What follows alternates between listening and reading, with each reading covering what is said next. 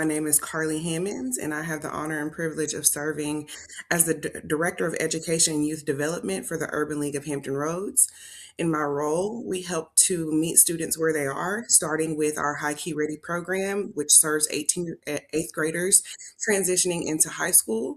Our ninth through 12th grade program, that is a post-secondary success program that can come in the form of mentorship, historical and cultural literacy, or even STEAM. And lastly, through our support of college students through our college chapters, which circle back around and adopt an elementary school to make sure that we are serving and supporting the development of our littles in our K through 5 offerings.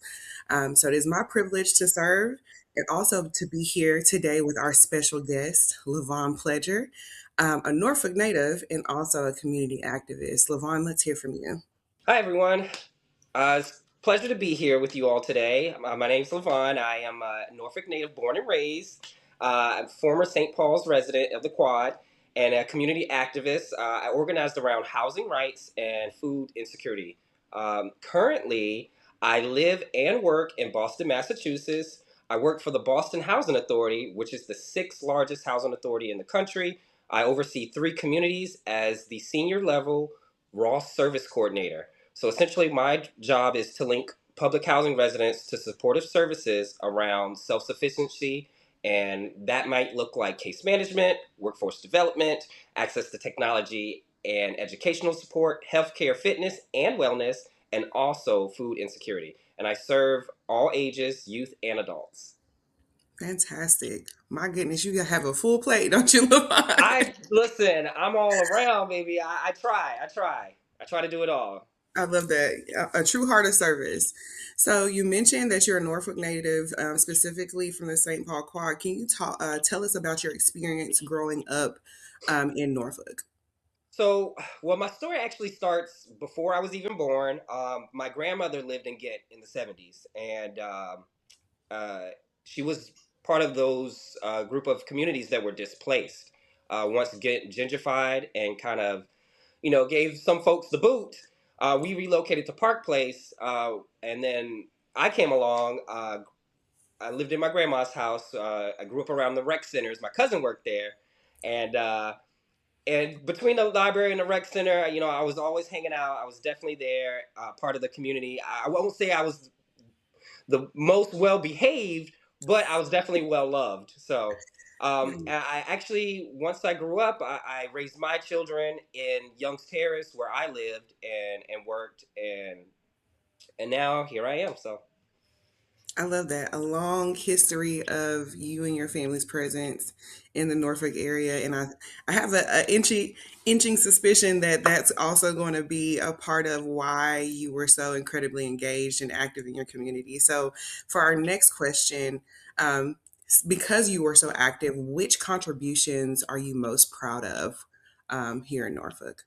so I'll have to definitely say uh, the civil rights suit, the housing civil rights suit of 2021, where uh, a group of us kind of came together, both residents. I lived in Young's Terrace. Tidewater Gardens was being demolished at the time or proposed to be demolished. And essentially, a group of us got together and said, something's not right, and we looked at the plans, we looked at the city, and we decided that it was best if we talked to the city to try to figure out what was going on. And then eventually kind of came to, well, now we need to take legal action.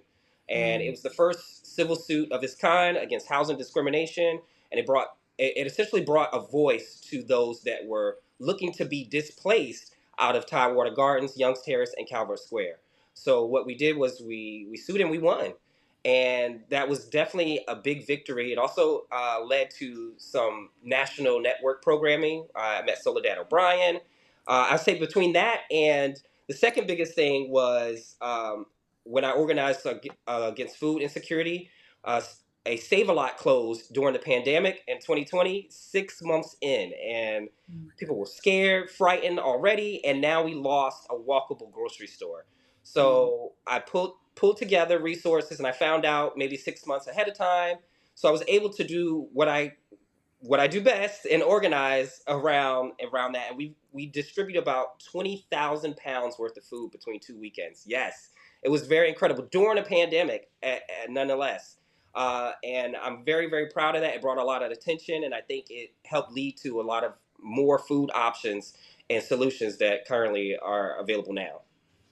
Absolutely. I love how what you were championing for in your local community, you're now doing on a really large scale in Boston.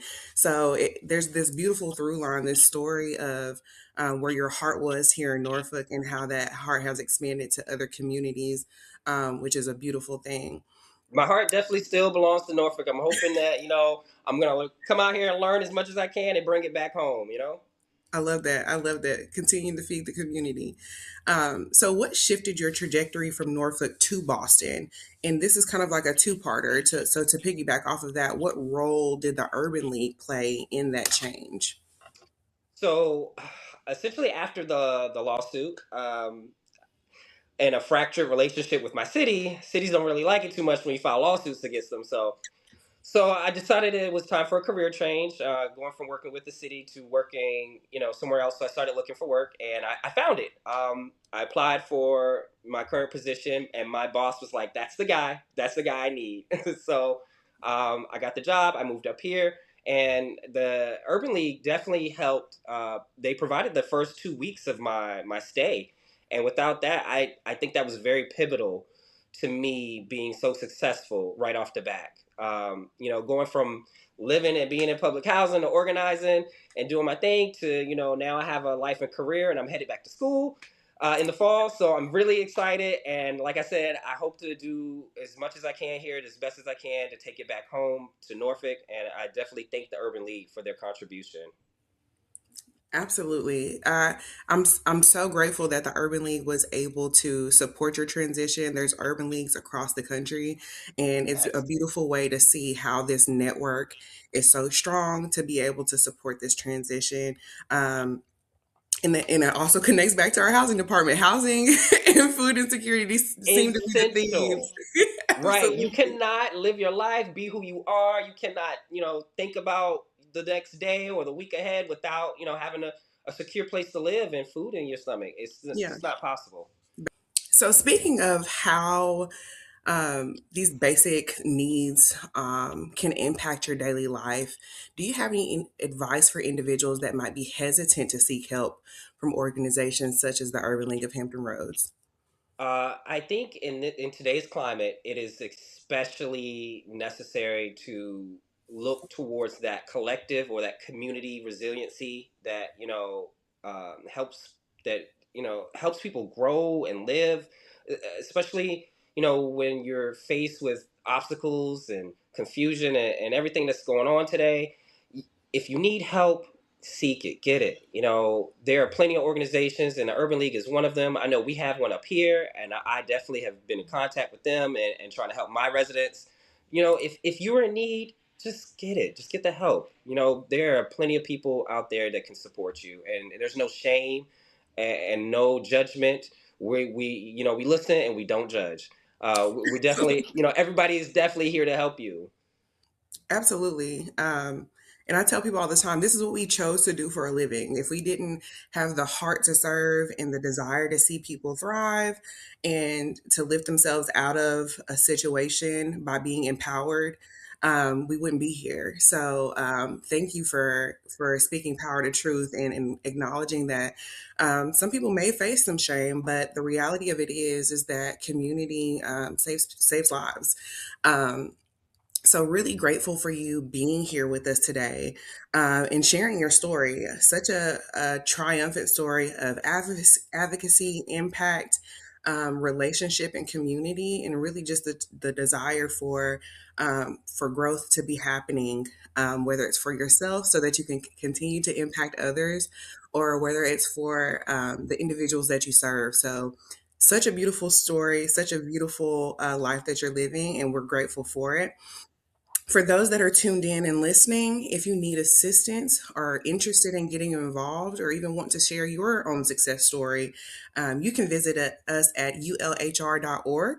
The Urban League of Hampton Roads has an open door policy. We're always looking to serve the Hampton Roads community, whether that's through education, housing, health, financial empowerment, anything that you can think of needing, the Urban League is here to get you connected, resourced, empowered, so that you can change your life.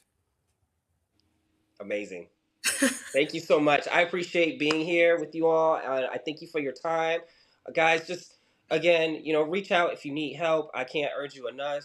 Like, I went from living in public housing to now I'm working for one of the largest housing authorities in the country, and I have never felt more in tune with what I'm doing in life. Like, this is where I need to be, and this is where I want to be, and I definitely hope to return to Norfolk to bring it home. Beautiful. Thank you so much. And everyone, Thank thank you you. for tuning in.